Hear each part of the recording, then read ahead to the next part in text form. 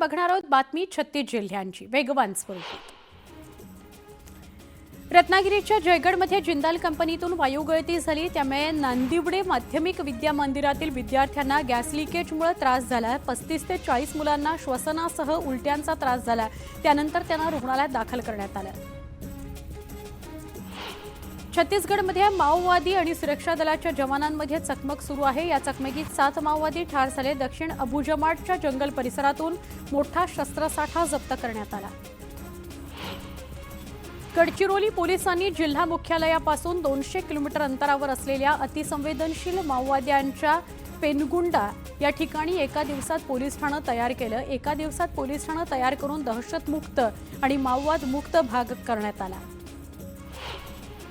सांगली जिल्ह्यातील द्राक्षबाग उत्पादक शेतकऱ्यांसमोर नवं संकट उभं ठाकलंय। तासगावातील मांजरडेत बटवाघुळांच्या टोळीनं तब्बल 2.5 एकरावरील द्राक्षबाग फस्त केली, त्यामुळे शेतकऱ्यांचं 14 ते 15 लाख रुपयांचं नुकसान झालंय। कोल्हापूर जिल्ह्यातील वारणानगर इथं सहकार महर्षी तात्यासाहेब कोरे यांच्या स्मृतिदिनानिमित्त कृषी प्रदर्शन भरवण्यात आलं। या प्रदर्शनामध्ये वर्षाला 300 अंडी देणारी कोंबडी प्रेक्षकांचा केंद्रबिंदू ठरली। या कोंबडीला पाहण्याकरता मोठी गर्दी झाली। रब्बी हंगामात वाशिममध्ये शेतकऱ्यांनी चियाच्या पिकाला पसंती दिली। संपूर्ण जिल्ह्यात 2000 हेक्टरवर चिया पिकाची पेरणी करण्यात आली। सोलापूर जिल्ह्यात यंदा ज्वारीचं प्रमाण घटलंय। ज्वारीचं कोठार असलेल्या मंगळवेढ्यात केवळ 73% ज्वारीचा पेरा झालाय। लांबलेल्या पावसामुळे ज्वारीचं उत्पादन घटल्याची माहिती आहे। वाशिम जिल्ह्यातील 3,87,000 रेशन कार्ड धारकांची ई-केवायसी प्रलंबित प्रक्रिया आहे। अपेक्षित प्रतिसाद न मिळाल्यानं लाभार्थ्यांनी तातडीनं ही प्रक्रिया पूर्ण करण्याचं आवाहन पुरवठा विभागानं केलं आहे। लातूरच्या रेणापूरमधील पळशी शिवारामध्ये शेतकऱ्यानं आपल्या शेतातील तुरीच्या पिकावर ट्रॅक्टर फिरवला। वातावरणातील बदलामुळे पिकांना फटका बसल्यानं शेतकरी हवालदिल झालाय। मालेगावसह नाशिक जिल्ह्यात कांदा पीक विमा रॅकेटचा पर्दाफाश करण्यात आला। एकट्या मालेगावातच तब्बल 500 हेक्टर जमिनीवर बोगस पीक विमा काढल्याचं समोर आलंय। या बोगस शेतकऱ्यांनी तब्बल 4 कोटी लाटण्याचा कट रचला होता, त्यामुळे त्याच्यावर कारवाई करण्यात आली आहे। सातारा जिल्ह्यात दूध दरवाढीसाठी शेतकरी संघटना आक्रमक झाली। 23 डिसेंबरपासून आंदोलनाचा इशारा देण्यात आलाय। त्या दरम्यान इतर जिल्ह्यातून होणारी दूध वाहतूक देखील बंद करण्याचा इशारा शेतकऱ्यांनी दिलाय। वरणगाव शहरात 25 कोटी किमतीच्या पाणीपुरवठा योजनेचं काम संथ गतीनं सुरू आहे। त्याचा फटका नागरिकांना बसणार आहे। आजपासून 16 डिसेंबरपर्यंत पाणीपुरवठा बंद असणार आहे। सोलापूर शहरात 2 ठिकाणी जलवाहिनीला गळती लागली आहे। त्यातच मुख्य जलवाहिनीचा व्हॉल्व्ह फुटल्यानं 1.5 तासात तब्बल 2 लाख लिटर पाणी वाया गेलं। नांदेडच्या शासकीय रुग्णालयाला पुरवठा झालेले औषध प्रयोगशाळेच्या तपासणीत बनावट असल्याचे आढळून आले। यानंतर 1.5 लाख गोळ्यांचा साठा अन्न औषध प्रशासनानं ताब्यात घेतला, मात्र अद्याप संबंधित कंपनीवर गुन्हा दाखल करण्यात आलेला नाही।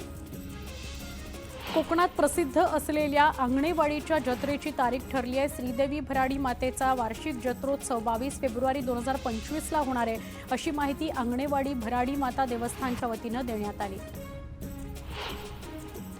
साई मंदिरामध्ये आजपासून हार, फुलं आणि प्रसाद नेण्यास परवानगी देण्यात आली आहे। उच्च न्यायालयानं परवानगी दिली आहे, त्यामुळे आजपासून भाविक मंदिरात हार, फुलं आणि प्रसाद घेऊन जाणार आहे। उदे ग आई उदे उदेच्या गजरात हजारो कोल्हापूरकर बेळगाव जिल्ह्यातील सौंदत्ती इथल्या रेणुका देवीच्या यात्रेकरता रवाना झालेले आहेत।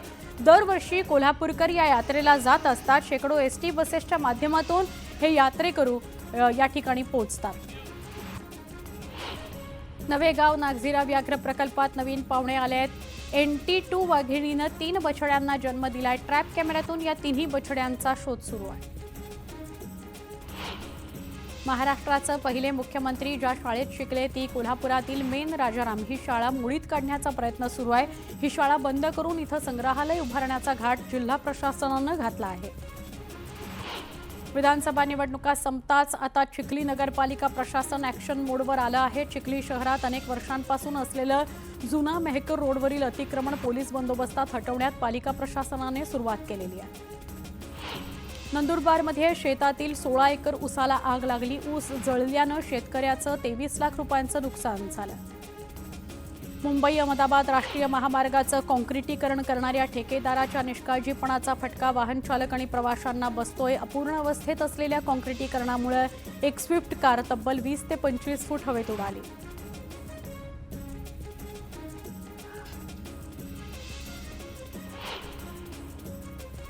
पिंपरी चिंचवड पोलिसांच्या मालमत्ता गुन्हे विरोधी पथकानं तडीपार आरोपीला मोठ्या शेताफीनं अटक केली. घरफोडीचे 5 आणि वाहन चोरीचा 1 गुन्हा उघडकीस आणला. आरोपी अभिजित रॉयकडून 1 दुचाकी 6 वेगवेगळ्या कंपनीचे मोबाईल जप्त करण्यात आले.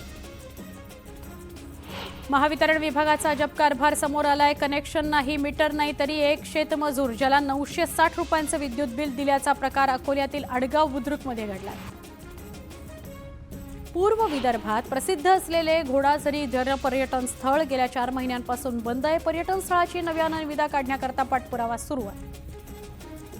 धाराशिवमध्ये शेतातील पिकांना पाणी देण्याकरता गेलेल्या शेतकऱ्यावर बिबट्यानं हल्ला केला. हल्ल्यात शेतकरी गंभीर जखमी झालाय. शिरूरमध्ये बिबट्याला जेरबंद करण्यात वनविभागाला यश आलं. एकाच गावात एका आठवड्यात दुसऱ्यांदा बिबट्या पकडण्यात आला. छत्रपती संभाजीनगरच्या भिवधानोरा या शेतवस्तीतील विद्यार्थ्यांना रोज जीवघेणा प्रवास करावा लागतोय. जायकवाडी धरणाच्या बॅकवॉटरमधून तराफ्यावर बसून प्रवास करण्याची वेळ या विद्यार्थ्यांवर आली. अनेकदा तक्रारी करूनही प्रशासन लक्ष देत नसल्याचा आरोप ग्रामस्थांनी केलाय. नंदुरबारमध्ये आदिवासी विकास विभागाच्या वसतिगृहातील विद्यार्थिनींना जेवणातून विषबाधा झाली आहे. 22 विद्यार्थिनींना रुग्णालयात दाखल करण्यात आलं असून सगळ्यांची प्रकृती स्थिर आहे. हिवाळी सहलीसाठी विद्यार्थ्यांनी रायगडातील गड किल्ल्यांवर जाण्याला पसंती दिली आहे. मराठवाडा विदर्भासह घाटमाथ्यावरील विद्यार्थ्यांच्या सहलीकरता रायगडातील किल्ल्यांवर मोठी गर्दी बघायला मिळते. सांगली जिल्ह्यात नोव्हेंबरमध्ये 118 कोटींचं जीएसटी संकलन करण्यात आलं. 8 महिन्यातच जीएसटी वसुली 1000 कोटींच्या घरात गेली. धुळे जिल्हा परिषदेचा कार्यकाळ 6 महिन्यांनी वाढवून देण्यात यावा अशी मागणी धुळ्यातील जिल्हा परिषदेच्या सदस्यांनी शासनाकडे केली आहे. या संदर्भात ठराव पारित करून राज्य शासनाला पाठवण्यात आला आहे. विद्यापीठ अनुदान आयोगाच्या निर्देशानुसार नाशिकमधील यशवंतराव चव्हाण महाराष्ट्र मुक्त विद्यापीठातर्फे सायबर सुरक्षा हा अभ्यासक्रम सुरू करण्यात आला. पुण्यातील एकता नगरमध्ये पुराचा फटका बसल्यानंतर पालिकेनं स्थलांतरणाचा निर्णय घेतला आहे. समितीच्या अहवालानंतर आयुक्तांनी घेतलेल्या बैठकीत चर्चा झाली. पुढील कार्यवाही लवकरच सुरू केली जाईल. सातारा जिल्ह्यात रेव पार्टीचा भांडाफोड झाला. सोशल मीडियावर पार्टीचे फोटो व्हायरल झाले. दरम्यान कास पठारावरील एका हॉटेलमध्ये बारबालांसह ही रेव पार्टी रंगली. मात्र या पार्टीत तुफान राडा झाला, ज्यात मारहाणीत 3 जण जखमी झालेत. या रेव पार्टीवर अद्याप कोणतीही कारवाई करण्यात आलेली नाही. साताऱ्याच्या पोवाई नाक्यावर स्वर्गीय बाळासाहेब देसाई यांचं स्मारक उभारण्यात येत आहे. दरम्यान काम धीम्या गतीनं सुरू असून आमदार शंभूराज देसाई यांनी स्मारकाच्या कामाची पाहणी केली. 2 महिन्यात स्मारक पूर्ण होईल अशी माहिती देसाईंनी दिली.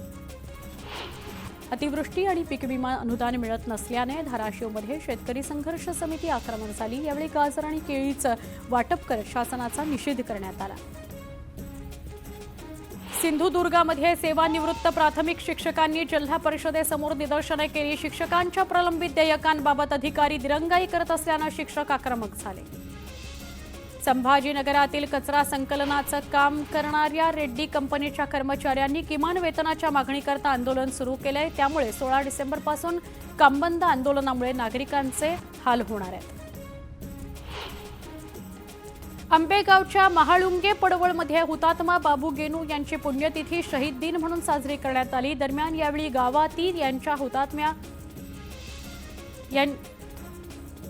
गावातील त्यांच्या हुतात्मा स्मारकात आणि जन्मस्थळी ग्रामस्थांकडून अभिवादन करण्यात आलं. बीडमध्ये मसाजोगचे सरपंच संतोष देशमुख यांची हत्या करण्यात आली होती. दरम्यान या घटनेच्या निषेधार्थ लातूरच्या मुरडमध्ये सकल मराठा समाजाकडून कडकडीत बंद पाळण्यात आला. मारेकऱ्यांना तात्काळ अटक करण्याची मागणी आंदोलनकर्त्यांनी केली. मसाजोगचे सरपंच संतोष देशमुख हत्या प्रकरण फास्ट ट्रॅक कोर्टात चालवावं अशी मागणी धनंजय मुंडे यांनी केली आहे. तसंच बीडचा बिहार झालाय असं म्हणून बीडला बदनाम करू नका असं मुंडेंनी म्हटलं आहे. बीड जिल्ह्यातील मस्साजोग इथल्या सरपंच संतोष देशमुख हत्या प्रकरणातील पोलीस तपासाबाबत माहिती घेण्याकरता अंबादास दानवे यांनी बीडचे पोलीस अधीक्षक अविनाश बारगळ यांची भेट घेतली। आरोपीवर कडक कारवाई व्हावी या मागणीचे निवेदन यावेळी पोलीस अधीक्षकांना देण्यात आले।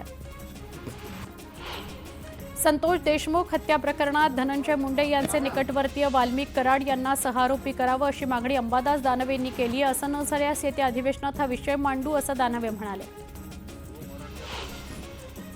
उबाठा पक्षाचे नेते अंबादास दानवे यांनी परभणीला भेट देत डॉक्टर बाबासाहेब आंबेडकरांच्या पुतळ्याला अभिवादन केलं। परभणीतील घटनेचा निषेध केला। संविधानाचा मान राखणं हे आपलं कर्तव्य असून हिंसाचार प्रकरणात व्यापाऱ्यांचं जे नुकसान झालेलं आहे त्यांची भरपाई सरकारनं द्यावी अशी मागणी अंबादास दानवे यांनी केली। परभणीतील घटनेच्या निषेधार्थ घाटकोपरमध्ये भीमसैनिक आक्रमक झाले। दरम्यान ईस्टर्न एक्सप्रेस हायवे बंद करण्याकरता जात असताना पोलिसांनी भीमसैनिकांना ताब्यात घेतलं। परभणीत काल झालेल्या हिंसाचारात अनेक व्यापारी आणि नागरिकांचं नुकसान झालं। त्यामुळे या नुकसानीनं लवकर पंचनामे करून मदत करावी अशी मागणी व्यापाऱ्यांनी केली। परभणीतील आंदोलनाचे पडसाद मनमाडमध्ये उमटले। आरपीआयच्या कार्यकर्त्यांनी पोलीस स्टेशनवर मूकमोर्चा काढला, पोलिसांना निवेदन दिलं। परभणीतील घटनेचे पडसाद दौंडमध्ये उमटले। आंबेडकरी अनुयायांनी घटनेचा निषेध नोंदवत आरोपी आणि त्याच्या सूत्रधाराला अटक करण्याची मागणी केली। बांगलादेशी घुसखोरांना तातडीनं देशाबाहेर काढा अशी मागणी माजी खासदार राहुल शेवाळे यांनी केंद्रीय गृहमंत्री अमित शहांकडे केली आहे। पोलिसांनी विशेष मोहीम राबवावी अशीही विनंती शेवाळेंनी केली आहे। छोटासा ब्रेक पहा फक्त न्यूज 18 लोकमत।